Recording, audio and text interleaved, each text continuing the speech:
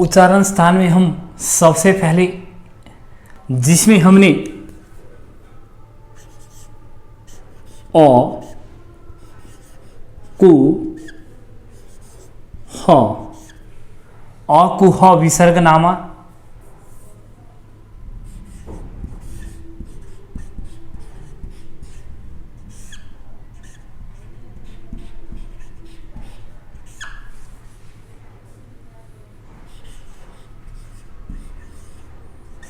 कंठः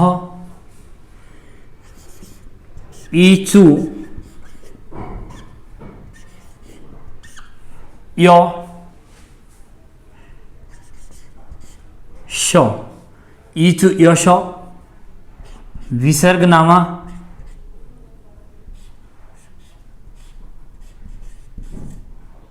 तालु रीटू र श विसर्ग नामा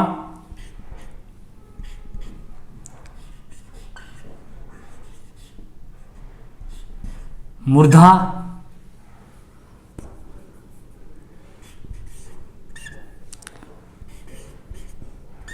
ल तु स विसर्ग नामा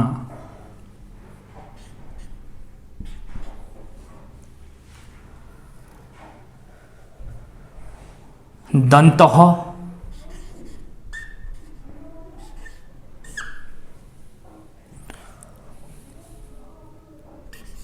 उप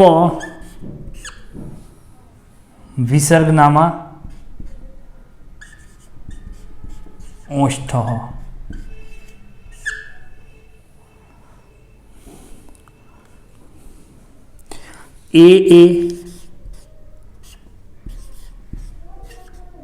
ए आई विसर्ग नामा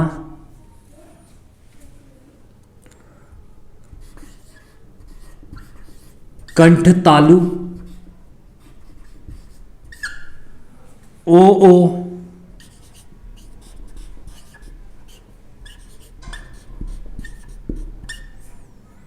विसर्ग नामा कंठ ओष्ठ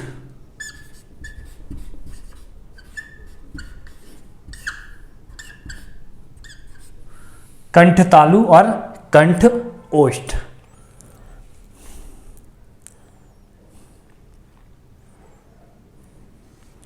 उसके बाद है ब और फ का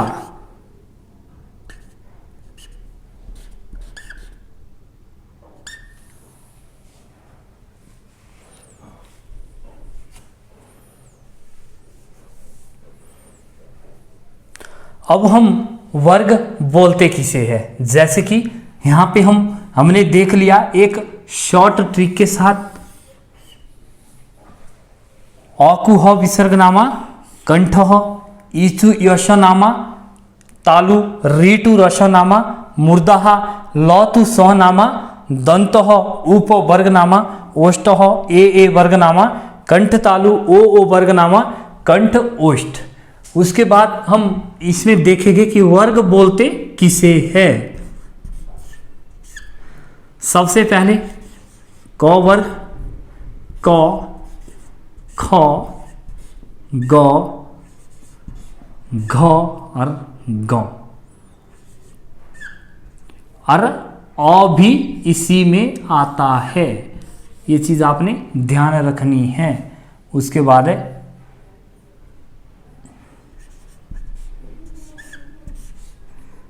ई चु य च छ ज झ और य। और ध्यान रखना है ई भी इसी में आएगा और श भी इसमें आएगा और य भी इसी में आएगा। ईचु यश नामा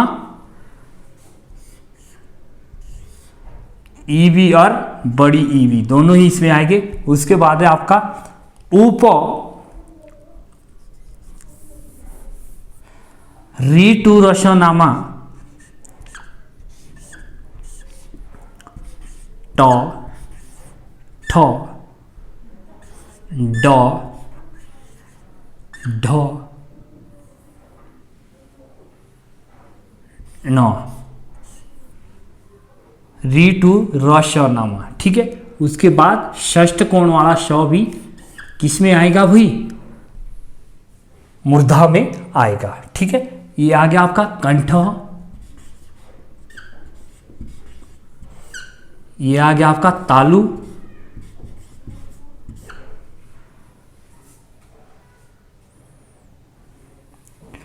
उसके बाद है उप, ल तू, त, थ, द, ध और न, ल तू स नामा। ठीक है, लास्ट में है स, ल तू स नामा किससे आएगा जी? दंत। ये किससे आएगा? मूर्धा।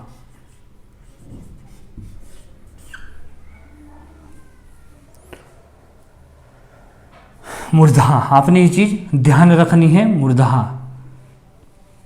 उसके बाद है आपका उपवर्गनामा,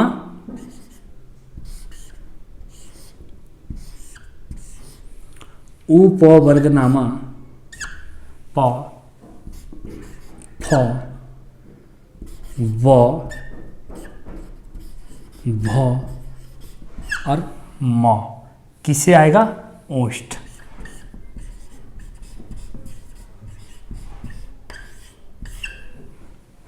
किससे आएगा जी? ओष्ठ से। ठीक है, इसे हम क्या बोलते हैं? वर्ग बोलते हैं। कौन सा?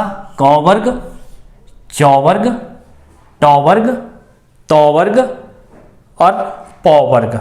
आपने ध्यान रखना है कि छोटी ई भी और बड़ी ई भी किससे बोली जाएगी? तालु से बोली जाएगी। उसके बाद री टू रस नामा मूर्धा, उसके बाद ल टू स नामा दंत। ये चीज आपने ध्यान रखनी है। उप वर्ग नामा ओष्ठ, और उ में आपने ये नहीं सोचना कि छोटा ही उ, बड़ा उ भी इसी से उच्चारित किया जाएगा। बड़ा उ भी इसी से उच्चारित किया जाएगा और आ भी इसी से उच्चारित किया जाएगा। आपने ये चीज ध्यान रखनी है। ठीक है, अ को ह विसर्ग नामा कंठ, ईचु यश नामा तालु, रीटु रस नामा मूर्धा, ल तु स नामा दंत और उप वर्ग नामा ओष्ठ, जिसमें कि उ, बड़ा उ, प, फ, व, भ, म।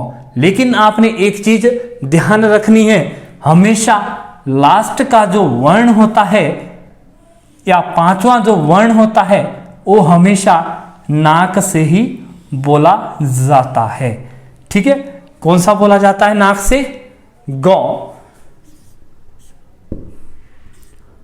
य, ण, न और म। हर वर्ग का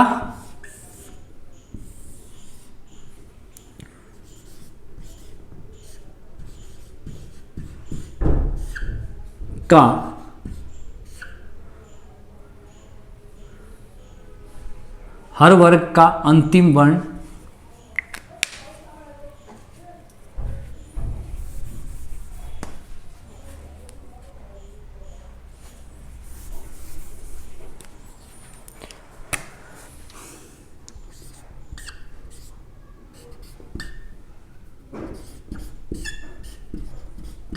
न और म।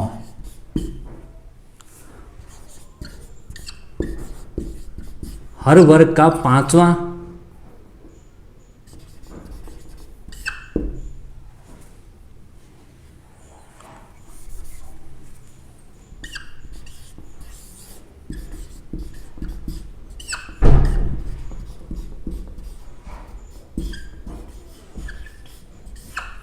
नासिक्य होता है,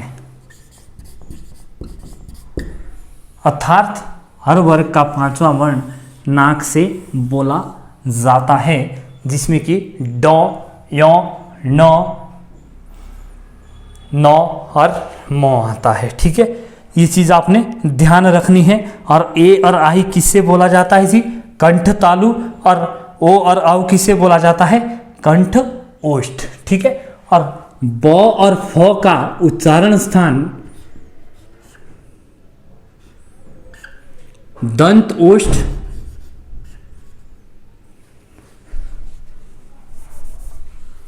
ब और फ का उच्चारण स्थान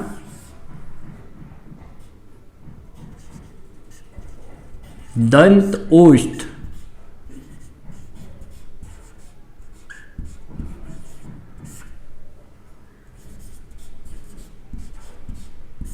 होता है। क्या होता है? दंत ओष्ठ होता है ब और फ का उच्चारण स्थान। ये चीज आपने ध्यान रखनी है, बहुत बारी से एग्जाम में पूछा जाता है। किसे? ब और फ का उच्चारण स्थान किस में पूछा जाता है? एग्जाम में पूछा जाता है। और ये चीज भी आपने ध्यान रखनी है,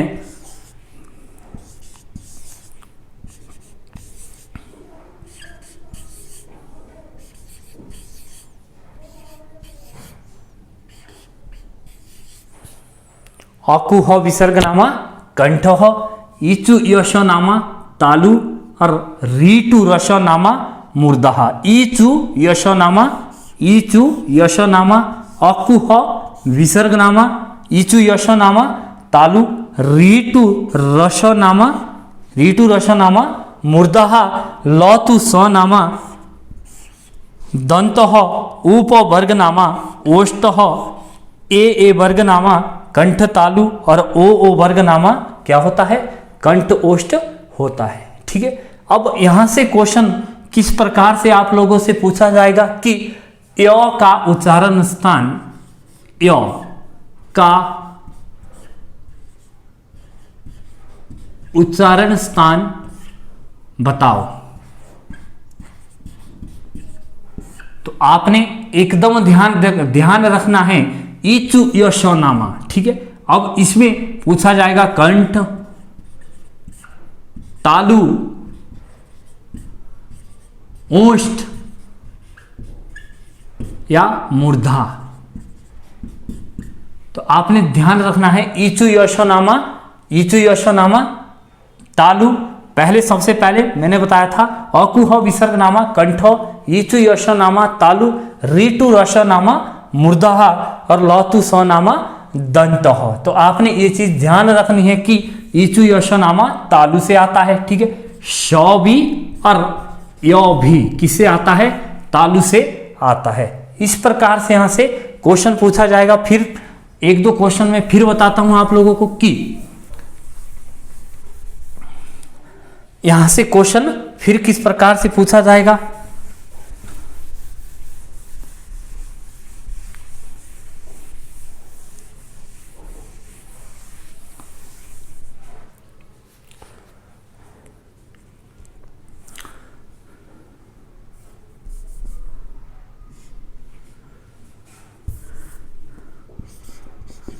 ख का उच्चारण स्थान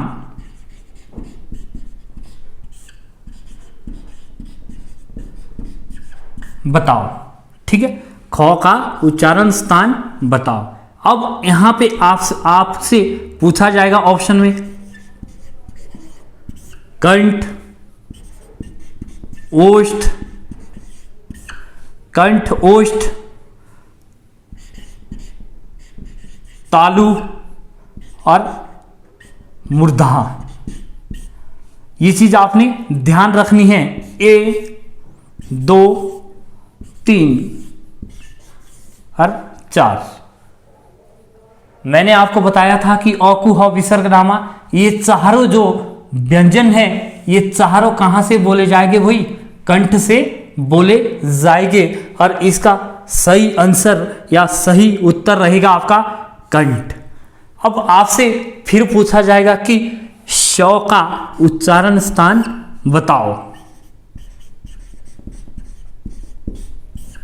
श का उच्चारण स्थान बताओ। अब आपको ऑप्शन में दिया गया मूर्धहा,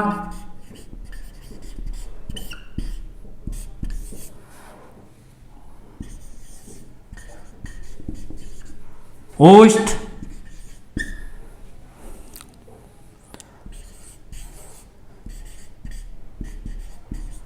तालु और लास्ट में है दंत।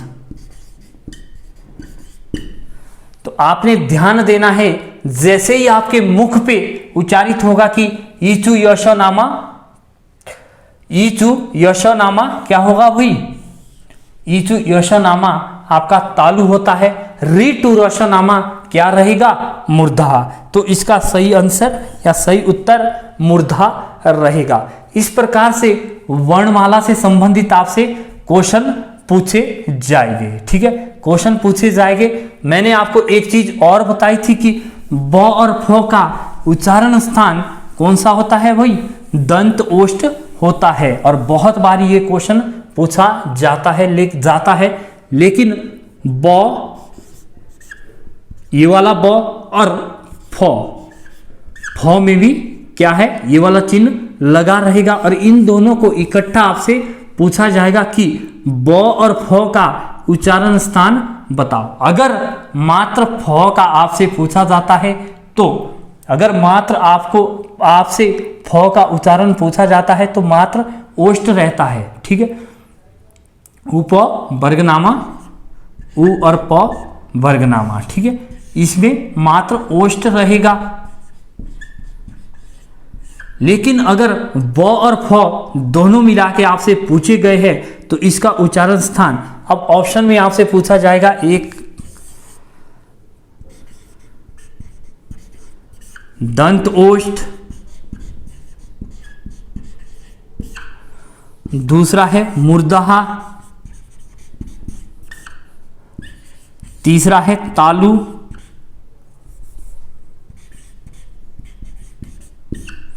और चौथा है ओष्ठ। तो आपने ध्यान देना है, अगर खाली फ आपसे पूछा गया है तो आंसर आएगा ओष्ठ। लेकिन अगर दोनों ब और फ पूछे गए हैं और अगर ये वाला फ या ये वाला ब पूछा गया है तो आपका आंसर रहेगा दंत ओष्ठ। ये मैंने आपको बता दिया। उच्चारण स्थान हम किस तरह से पढ़ते हैं, अकु ह विसर्गनामा, कंठ ह, इचु यशनामा, तालु, रीटु रसनामा, मूर्धहा और लतु सनामा, दंत और उप वर्गनामा ओष्ठ। हर वर्ग का पांचवा जो वर्ण होता है ग, यो, ग, यो, न और म। हर वर्ग का पांचवा वर्ण हमेशा नासिक्य होता है। अब नासिक्य आप कहेंगे कि नासिक्य बोलते किसे है, जो पांचवा हर वर्ग का वर्ण होता है वो हमेशा नाक से उच्चारित किया जाता है। किससे उच्चारित किया जाता है, नाक से बोला जाता है।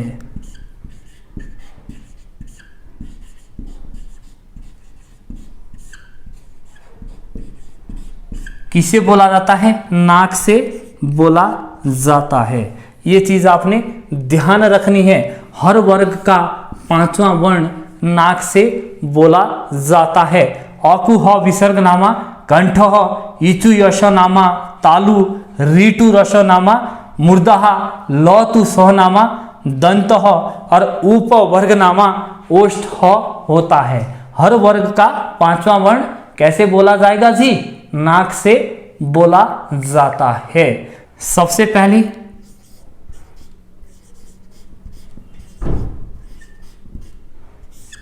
सघोष, और सघोष हम जानते हैं कि किसे कहा जाता है। जब सघोष का हर वर्ग का वर्ग तो आप जानते हैं, क वर्ग, क, ख,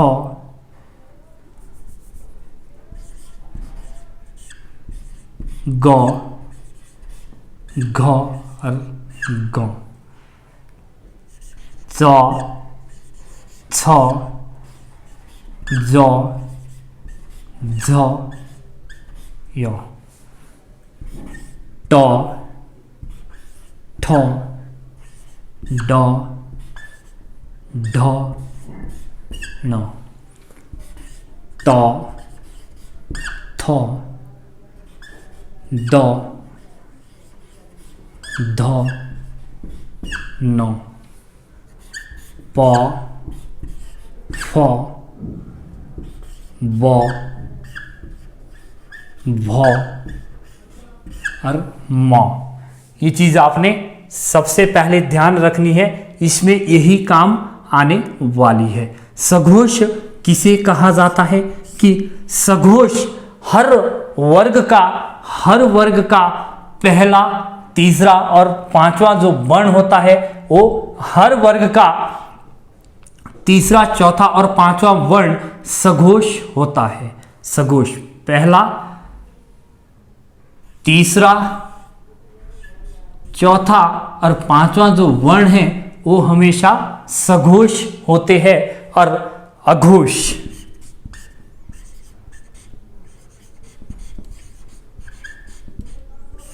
अघोष किसे कहते हैं जी? अघोष हर वर्ग का पहला और दूसरा जो वर्ण है वो हमेशा अघोष कहलाता है। ठीक है, पहला और दूसरा, पहला और दूसरा वर्ण क्या कहलाता है? अघोष कहलाता है। ठीक है, हर वर्ग का पहला और दूसरा जो वर्ण है वो अघोष कहलाएगा और हर वर्ग का तीसरा, चौथा और पांचवा वर्ण क्या है भाई? सघोष होता है। ठीक है, सघोष और अघोष में आपने इतना ध्यान रखना है। यहां से अगर जब आपसे क्वेश्चन पूछा जाएगा, क्वेश्चन इसी प्रकार से पूछा जाएगा और ऐसा नहीं है कि एक ही वर्ग का रहेगा, पूरा नीचे तक जितने वर्ग होते हैं हर वर्ग में यही चीज रहती है। ठीक है, यही चीज रहती है। और एक चीज सघोष और अघोष में एक चीज और रहती है कि इसमें जो सघोष होता है उसमें जो अंतस्थ व्यंजन होते हैं या ऊष्म व्यंजन होते हैं या संयुक्त व्यंजन होते हैं। अंतस्थ व्यंजन मतलब इसी में आते हैं य, र, ल और व।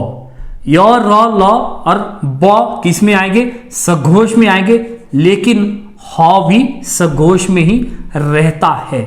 उसके बाद अघोष में श,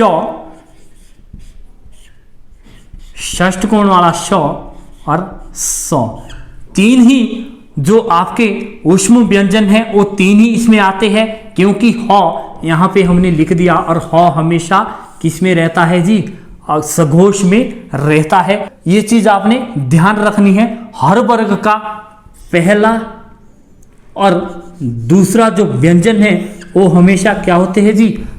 अघोष होते हैं। और हर वर्ग का तीसरा, चौथा और पांचवा व्यंजन क्या रहते हैं?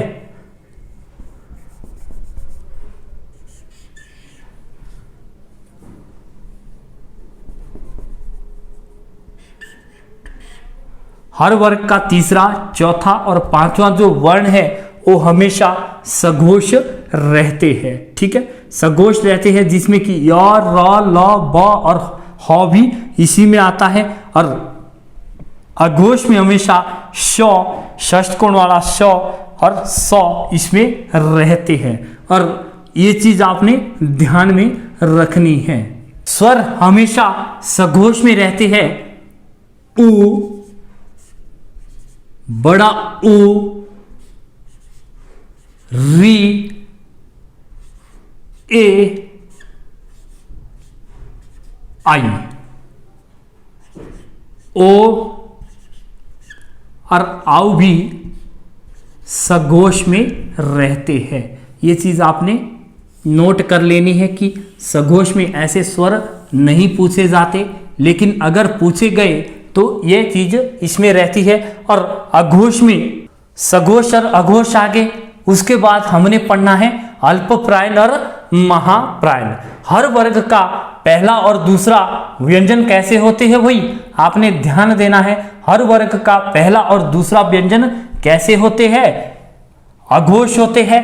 हर वर्ग का तीसरा और चौथा जो व्यंजन है वो हमेशा अघोष रहते हैं। और हर वर्ग का पहला और दूसरा व्यंजन कैसे रहते हैं, अघोष रहते हैं। और हर वर्ग का तीसरा, चौथा और पांचवा व्यंजन सघोष रहते हैं। ये चीज आपने ध्यान में रखनी है।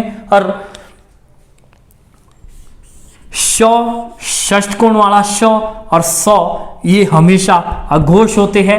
य, र, ल, ब किसमें रहते हैं भाई, य, र, ल, ब रहते हैं सघोष में। यहां से कई बार क्वेश्चन आपसे किस प्रकार से प्रश्न पूछा जाएगा कि ह कैसा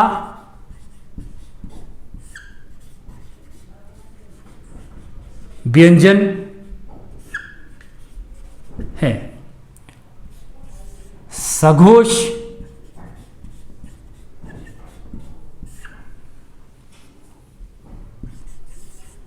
अघोष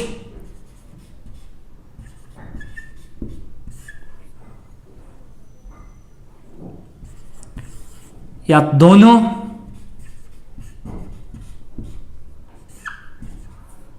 चौथा है इसमें से कोई नहीं।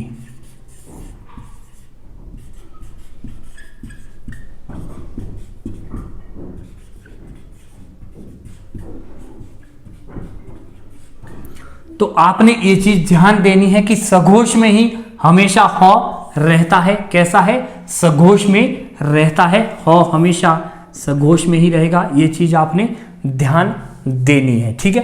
फिर यहीं से क्वेश्चन एक फिर पूछ लिया जाता है कि सौ कैसा व्यंजन है, ठीक है। सघोष अघोष दोनों कोई नहीं।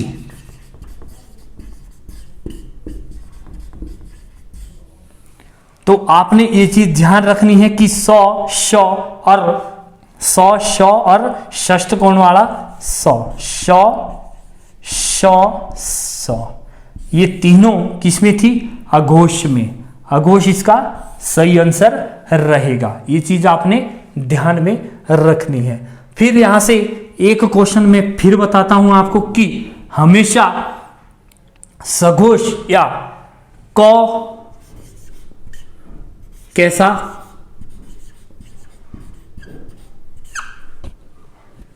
गोष्ठों के आधार पे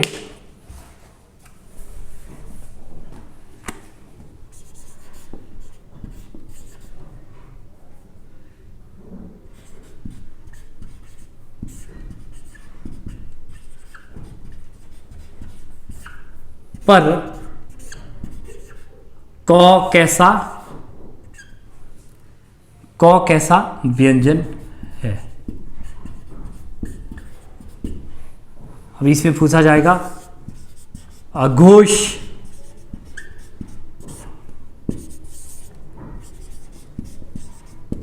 घोष दोनों या फिर कोई नहीं। आपने ये चीज ध्यान रखनी है कि घोष भी किसे कहा जाता है, सघोष को ही बोलते हैं घोष। एक हो गया अघोष और एक हो गया सघोष या घोष। ये चीज आपने ध्यान रखनी है। तो यहां पे सही उत्तर आपका 2 आएगा, क्योंकि घोष है कैसा व्यंजन, क। घोष कैसा है, अघोष। सॉरी, यहां पे अघोष आएगा। क कैसा व्यंजन है भाई, अघोष है। सही उत्तर इसका ए आएगा, ठीक है। इस तरह से आपने ध्यान देना है सघोष और अघोष हम किस प्रकार से पढ़ते हैं, ठीक। अल्पप्रायण और महाप्रायण, इसमें भी हम सबसे पहले क, ख, ग, घ और ग, च, छ, ज, झ और य, ट, ठ, ड, ढ, न, त, थ, द, ध, न। ठीक है, प,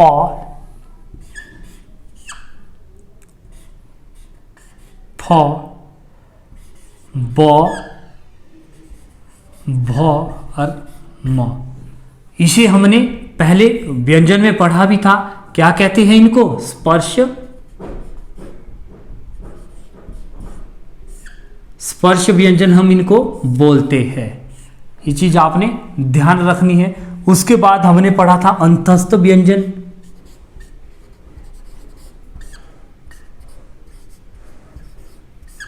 अंतस्थ व्यंजन कौन कौन से थे भाई?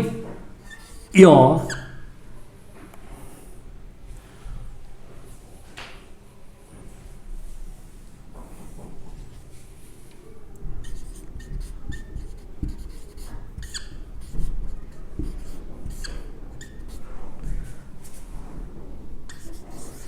लास्ट पे पढ़ा था हमने तीसरा पॉइंट, ऊष्म। ठीक है, अंतस्थ व्यंजन कौन कौन से थे जी? य, र, ल और व। ऊष्म व्यंजन कौन कौन से थे? श, श, स और ह। तो यहां पे आपने ध्यान देना है कि अल्प प्राण किसे कहा जाता है? जहां पे हमारी श्वास का कम, श्वास मतलब उच्चारण में वायु मात्रा कम निकलती है, मतलब जहां पे हमारी उच्चारण में वायु मात्रा कम निकलती है उसे अल्प प्राण कहा जाता है। जैसे कि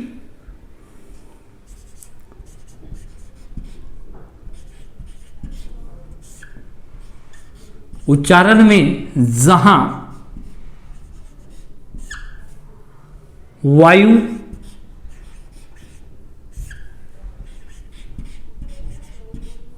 मात्रा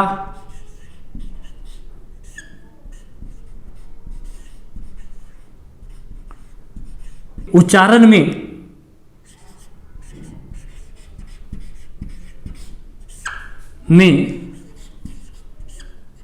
वायु मात्रा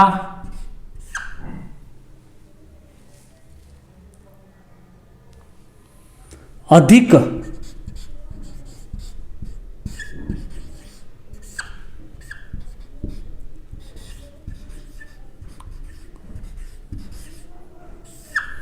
निकलती हो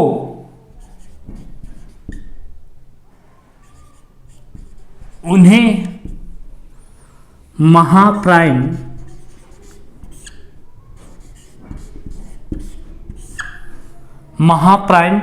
कहा जाता है।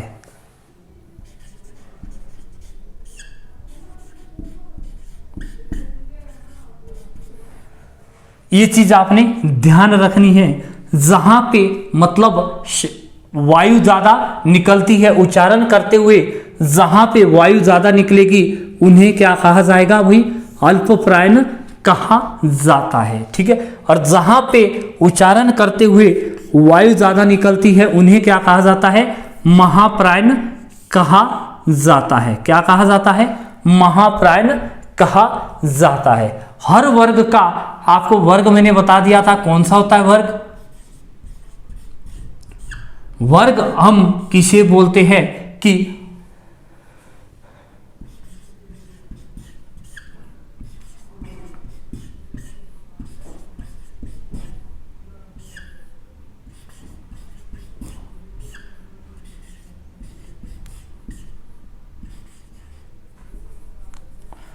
आपने ध्यान देना है, हमेशा वर्ग 5 माने जाते हैं। ठीक है, क वर्ग, च वर्ग, ट वर्ग, त वर्ग, प वर्ग। ठीक है, पांचों वर्ग को किस तरह से हम इन अल्पप्रायण और महाप्रायण में जोड़ते हैं या किस तरह से इनको उच्चारित करते हैं। ठीक है, सबसे पहले हर वर्ग का पहला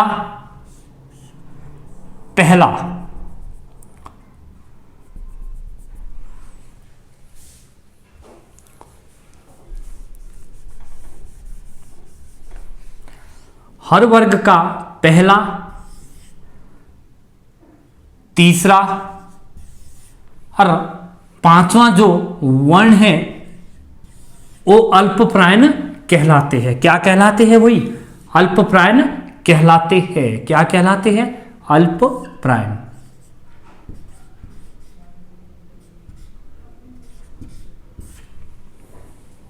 अल्पप्रायण कहलाते हैं। और हर वर्ग का दूसरा और चौथा जो वर्ण है वो क्या कहलाते हैं? महाप्रायण। हर वर्ग का पहला, तीसरा और पांचवा जो वर्ण होते हैं वो अल्पप्रायण होते हैं।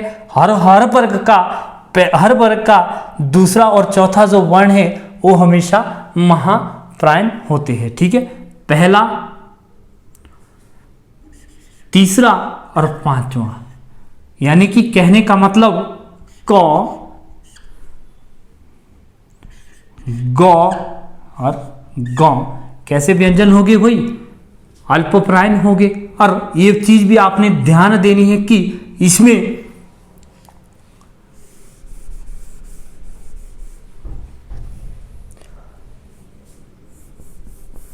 अल्पप्रायण में य, र, ल और ब ये भी किस में आते हैं? अल्पप्रायण में ही आते हैं। ये चीज आपने ध्यान देनी है। क, ग और ग। उसके बाद हर वर्ग का पहला, वर्ग मैंने आपको बता दिया है। क वर्ग आ गया, च वर्ग का भी इसी तरह चलेगा, ट वर्ग का भी इसी तरह चलेगा, त वर्ग का भी इसी तरह, प वर्ग का भी इसी तरह। ठीक है, पांचों जो वर्ग होते हैं आपने ध्यान देना है। पांचों के पांचों वर्ग जो होते हैं उसमें इसी प्रकार से चलता रहेगा। और य, र, ल और ब हमेशा अल्पप्रायण में रहते हैं। उसके बाद श, षष्ठकोण वाला श, स और ह ये हमेशा महाप्रायण में रहते हैं। महाप्रायण में रहते हैं। कौन कौन से? श, श, स और ह। ये चीज आपने ध्यान देनी है क्योंकि मैंने यहाँ पे एक सस्पेंस में नहीं आपने पढ़ना है। ठीक है, मैंने आपको बताया था कि जो ह है, ह हमेशा किस में रहता है जी? हमेशा अगर सघोष और अघोष की बात की जाए तो ह हमारा य, र, ल और ब, उसके बाद है ह किस में रहता था? सघोष में रहता था। और अघोष में कौन कौन से रहते थे? श, श और स। ये चीज आपने ध्यान देनी है। लेकिन अल्पप्रायण और महाप्रायण में ऐसा नहीं रहेगा। अल्पप्रायण में और महाप्रायण में ऊष्म जो आपके अंतस्थ होते हैं,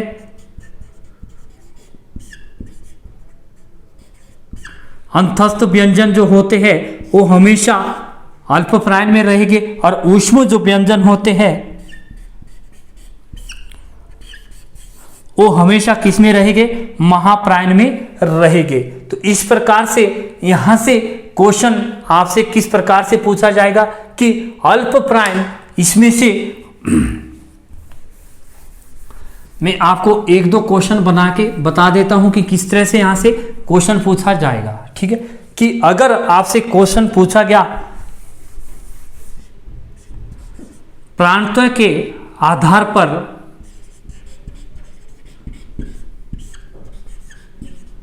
कैसा व्यंजन है, यह प्रांतों के आधार पर कैसा व्यंजन है, तो आपने ध्यान देना है कि यह, अब यहां पे ऑप्शन में पूछा जाएगा अल्पप्रायण, अल्पप्रायण, महाप्राण, दोनों या फिर कोई नहीं।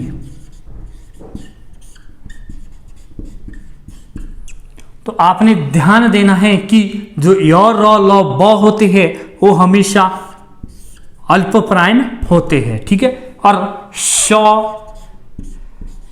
स, षष्ठ कोण वाला श और ह ये हमेशा महाप्राण में रहते हैं। इस प्रकार से प्राणतः के आधार पे आपसे क्वेश्चन पूछा जाएगा।